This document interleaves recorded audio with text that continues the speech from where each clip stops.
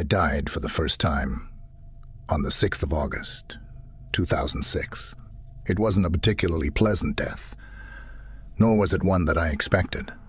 It was simply the random act of violence that destroyed my life, and it came out of nowhere. We were just relaxing at the pub, enjoying a few drinks after a busy day at work. It was my turn to buy a round of drinks, so I was trying to get the attention of the bartender. I felt someone punch me in the side. At first, I thought someone had just hit me, but then I felt the warmth and the rapid stream of blood pouring down my shirt. I realized then and there that I'd actually gotten stabbed. As far as I can remember, it wasn't even that painful. Still, my legs gave out under me and I collapsed to the floor.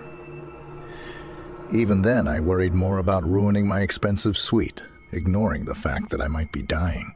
Oncoming death is funny like that.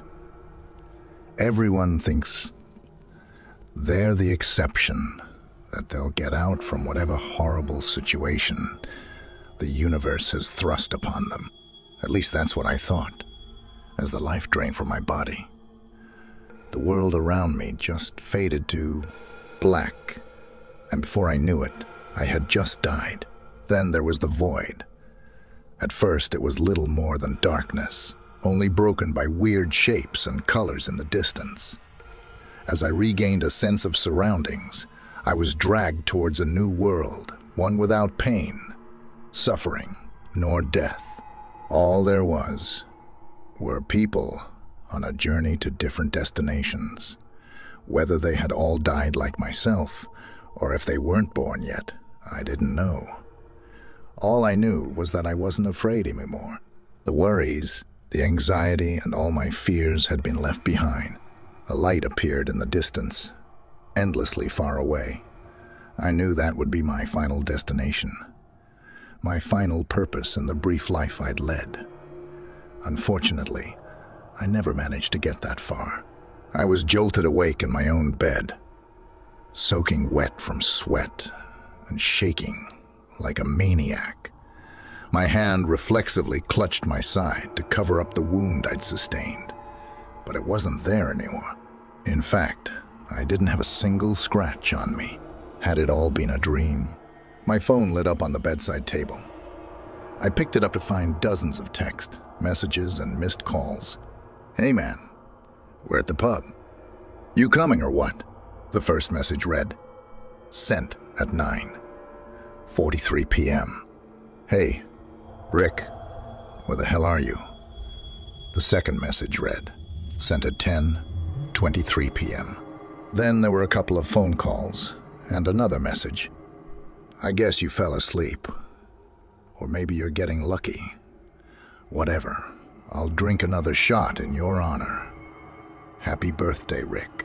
Then I had over 20 phone calls and a singular message that sent shivers down my spine. For fuck's sake, pick up the damn phone. Something happened to Danny. I immediately called back. My fingers were trembling both from anticipation and from the memory of what had happened only a night ago. Even if my death had been little more than a nightmare, I knew for sure that I'd met up with my friends at the pub. The phone rang 3 times, then Jake picked up. "Rick, is that you? Where the hell are you?" Jake asked with a panicked, tired voice. I don't know what happened. I guess I fell asleep," I half-asked, half-stated. "Danny got stabbed last night," Jake said without listening to my explanation. "Stabbed? How?" "I don't know. Some nut just walked up him and stabbed him in the side." I almost dropped my phone in shock. Danny had been attacked just like myself, in exactly the same place. 1,000 thoughts rushed through my mind, but worry quickly became my main concern. Is he all right? "He's still in surgery. They're only letting his wife know about..." "Wait, here she comes." Jake put his phone down, but I could still hear the muffled sound of their discussion. Danny's wife seemed upset, but I couldn't make out the words. "Jake?" I asked. He's dead. Danny's dead. The next few moments turned into a blurry haze of information. We'd all known Danny since we were kids, and now he was just gone. The murderer never even made it out from the pub. Apparently he got shot by one of the patrons as he tried to attack another guest. Still, I just couldn't shake the feeling that I was supposed to die that night. Regardless of what happened, time marched on without answers. Some of our co-workers quit after Danny's death, trying to hopelessly move on. I didn't blame them. I also needed some distance. I never even told them what I experienced that night. It wouldn't have helped them anyway. A year passed, and I hardly spoke to any of my friends. I started to get some semblance of normalcy in the wake of Danny's death, but that would all come to an end on the 6th of August, 2007. My birthday had arrived yet again, and I had absolutely no intention of celebrating it. Instead, I called in sick to work, bought a bottle of whiskey, and spent the day playing video games. By the time day had given way tonight, I'd almost finished the bottle. Even as a rather large guy, the alcohol had hit me hard. At around 9 o'clock, I just passed out in bed, awaiting a horrible hangover in the morning. I only awoke around midnight, when I heard the front door forcefully break open, followed by footsteps and whispers. I tried to get up, still drowsy from the alcohol. As I took one step out from my bed, I slipped and came tumbling down onto the floor. It produced a massive crash, loud enough to alert whichever intruders had broken in. "I thought you said no one would be home," a man stated angrily. "Don't worry about it. I'll go deal with them." The footsteps moved quickly in my direction. I tried to lock the door, but they were too fast, kicking it open and knocking me back to the ground. A masked man entered my room, holding onto a gun. He only spoke a single sentence to me before pointing the weapon at me and pulling the trigger. "You should have stayed quiet." Unfortunately, the man was a horrible shot. He'd aimed at my head, but it hit me in my throat instead. There I lay, drowning in my own blood as I desperately gasped for air. I couldn't crawl away, and I couldn't crawl away, and I couldn't call for help. I died on my bedroom floor, on my own birthday, just as I had a year earlier. Once the life finally drained from my body, and the god-awful pain ceased, I was back in the world beyond. I walked through the same colorful dimension that lay just on the edge of life. I admired the shapes and colors as they passed. In the distance, I saw a tree with branches stretching endlessly far from its trunk. From each branch dangled a person, real but not existing in our world. I wanted to visit them, but that wasn't my destination. Because, just like before, I would awake in my own bed, unharmed by the events from the previous night. My phone buzzed, and I was filled with unfathomable dread. I still couldn't quite believe it, but I started to understand that someone would take my place in death. "Hello? Hello? Rick, it's Dad, your mother. She passed away last night." A lump formed in my throat. I knew what was coming next, but I had to ask, how? What happened? The police say it was a burglary gone wrong. I don't know. I was working late. I should have been there. The discussion trailed off from there. My dad was distraught and could barely form coherent sentences. He blamed himself for not being there, but I knew the truth. It was my fault. During the next 2 months, he fell into deep depression. I couldn't blame him. He just lost the love of his life. I moved in with him just to help him pick up the pieces. He put on a strong face, trying his best to keep the ship afloat, but I could tell how close he was to just breaking down. If only I'd been there. "It wasn't your fault, Dad. Had you been there, you might be gone too. You don't know that." But I did know, because the burglars weren't ever supposed to visit my parents' house. They were supposed to kill me. I had to come clean. I had to let him know the truth. But how could I? Half a year passed, and the secret ate at me. After everything that had happened, I still didn't know how to explain it.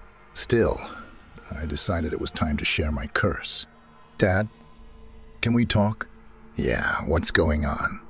he asked with a worried expression on his face. He knew me well, and he could tell a heavy burden was weighing me down.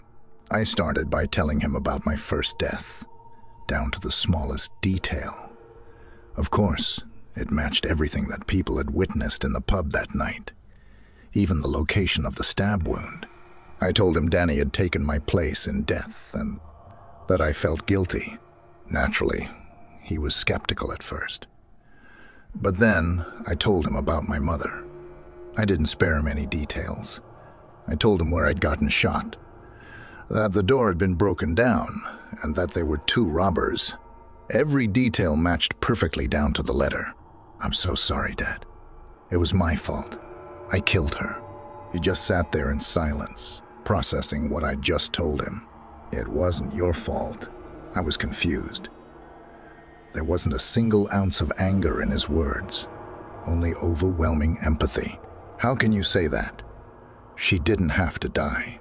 He mulled over his next words carefully before speaking. "You didn't do anything wrong, Rick. You just went about your life, and these things happened to you. I don't know why you've been brought back, or even how, but you're not to blame for what is done to you." "So, you believe me?" I asked.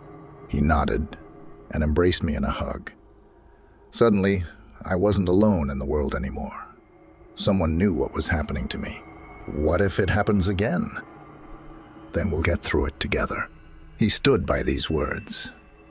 Even as my next birthday rolled around, that death was more tame. I just slipped in the shower and broke my neck. The last, though, that went through my mind as I left the world for a 3rd time was how fucking cliché.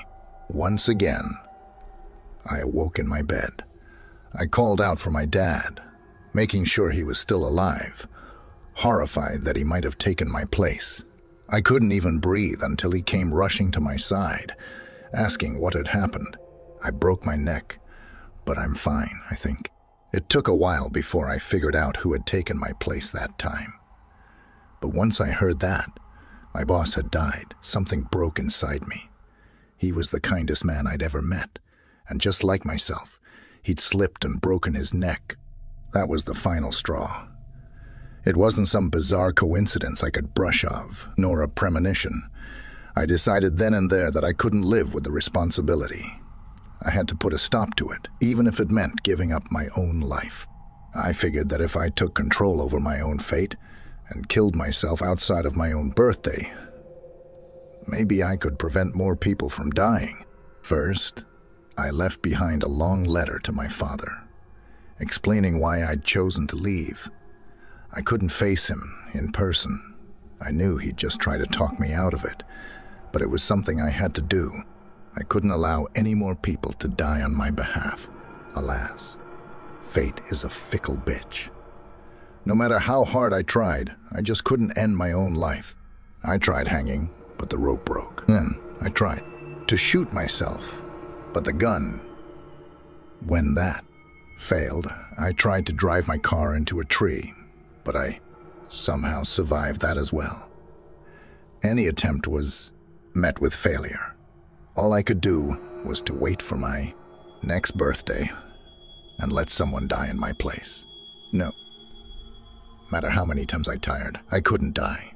I was a slave to destiny, and it was destroying me. In 2009, I was hit by a drunk driver, and my girlfriend took my place. In 2010, I drowned, and my kind neighbor had to go through that death. In 2011, I died from a brain aneurysm, which ended up killing my aunt, and so on, and so on.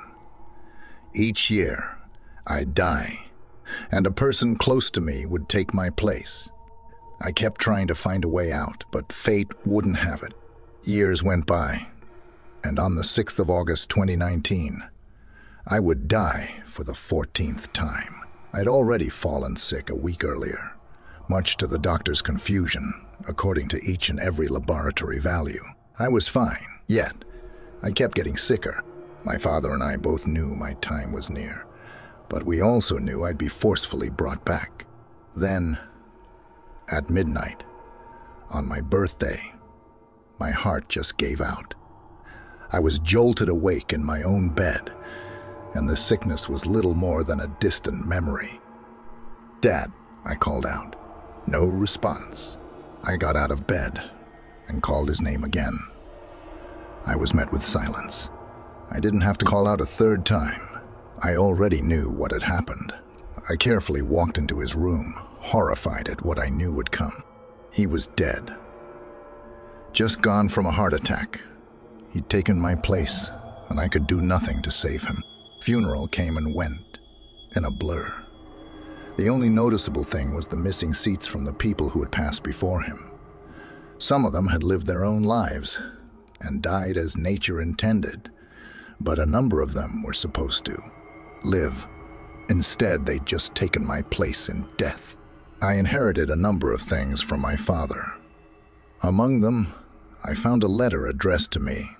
It looked rather worn, so I could tell he'd written it a long time ago. "Dear Richard, today is your birthday, and it has officially been a year since your mother passed. While I miss her greatly, I'm thankful to still have you around. I know that if she was given the choice, she would want you to live. I feel the same way. We both know that I might one day take your place in death. Never doubt that I would happily give my life if it means that you may live. You didn't choose this curse, so never blame yourself. Just do what every person is supposed to. Appreciate the people around you, because you never know which day might be their last. I love you, Dad." Since I read that letter, I've been looking for a way out. My father might want me to stay behind, but how can I live on, knowing that I'm taking someone's place? I've long since left town, living by myself in a cabin somewhere away from people. Hopefully, if I have no one left that cares for me, people will stop dying, at least until I can figure out not only how to die, but how to actually stay dead. I'm sorry. This story happened back when I was about 11 years old. We were at my cousin Jalen's birthday party. He had just turned 12, and the party was at his place. Jalen had this big backyard where they set up tents, slip and slides, and other cool birthday stuff for kids. Well, I was there having a good time and throwing around a football with Jalen. He was sort of being a jerk at the time, and threw the football into the woods behind his house. He told me to go and get, so it doesn't get lost. Upset that he did this on purpose, I went into the woods to go and get it. I had walked maybe 10 feet into the woods when I saw it. I bent down to grab it when I heard a voice.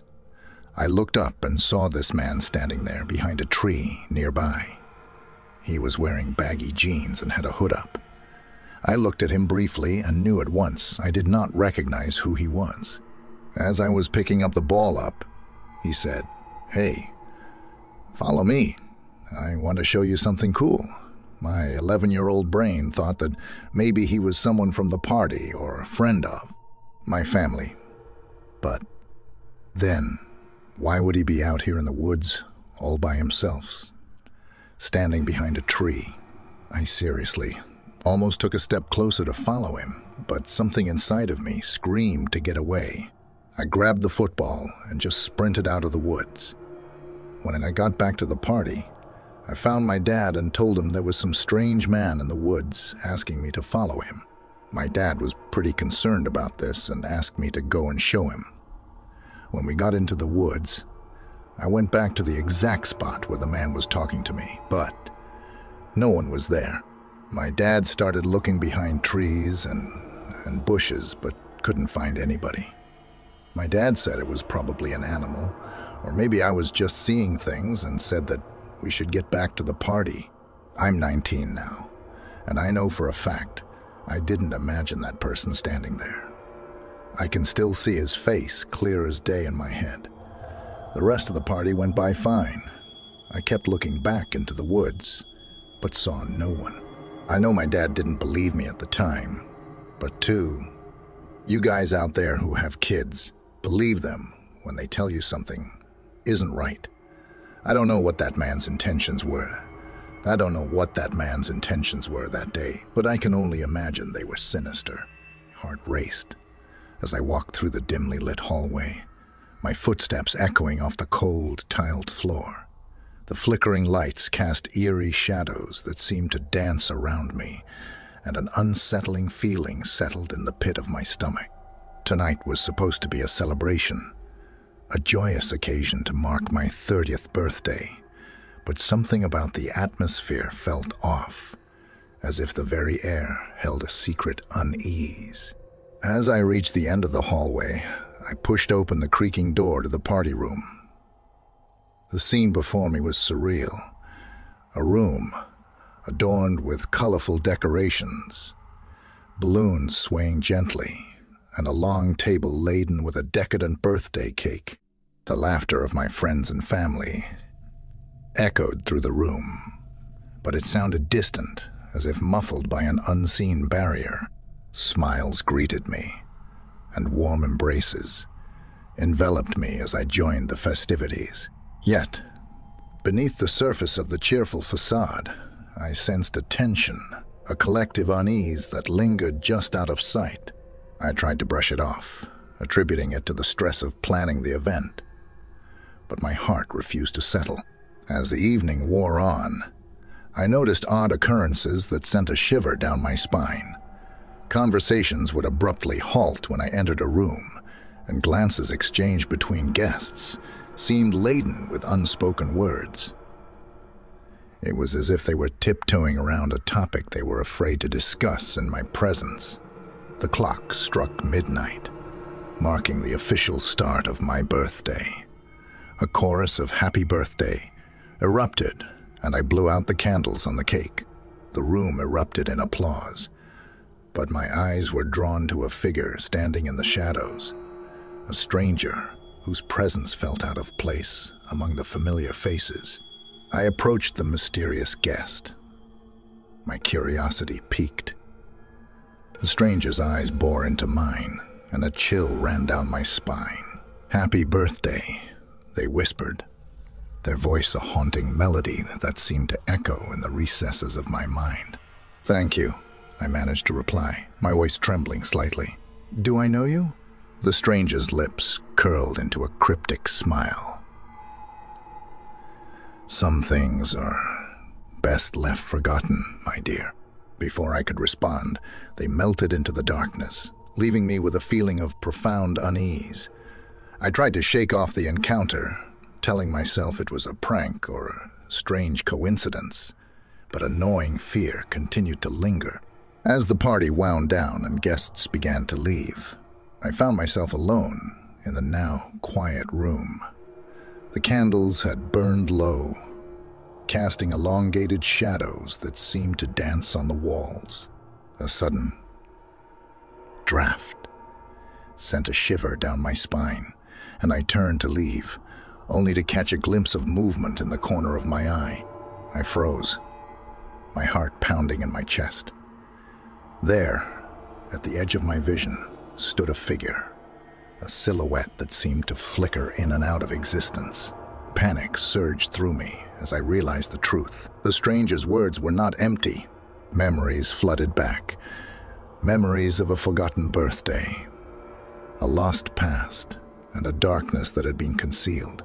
As I grappled with the fragments of my forgotten past, the figure in the shadows drew closer, its presence suffocating. It whispered my name, each syllable dripping with a chilling familiarity that sent a wave of terror through me. In a desperate bid to escape, I fled the room, the echoes of my own footsteps echoing in my ears. The house seemed to twist and contort around me, the walls closing in as the darkness closed in. I stumbled into the hallway, gasping for breath, and turned to face the room I had just fled. The figure emerged from the doorway, its form shifting and warping, a haunting manifestation of the darkness that had haunted me. It reached out toward me, its touch like ice against my skin, and I screamed.